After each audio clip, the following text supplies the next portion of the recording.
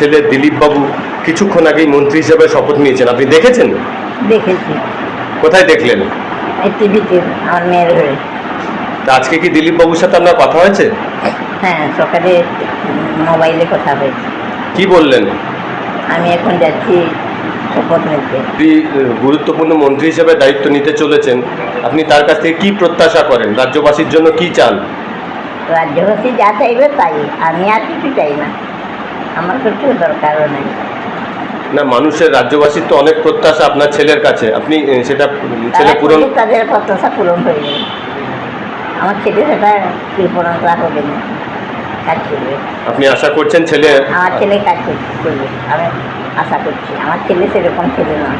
দিলীপ ঘোষকে দামাল ডানপিটে ছেলে হিসাবেই জানে, দিলীপ বাবু কি সত্যিই সেরকম ছোট থেকেই? না, আমার ছেলে ডান পিঠে নাই, আমার ছেলে ভদ্র ছেলে। আমার ছেলে কোনোদিন ডান পিঠে নাই, হাসি খুশি আমার ভদ্র ছেলে। কাউকে কোনোদিন খারাপ ভাষা বলিনি, কার কথায় লাগিয়ে কোনো অসুবিধা নেই। কখনো ভেবেছিলেন আপনার ছেলে মন্ত্রী হবে? ভাবতাম আমার ছেলে একদিন হবে, কিন্তু হয়ে গেল,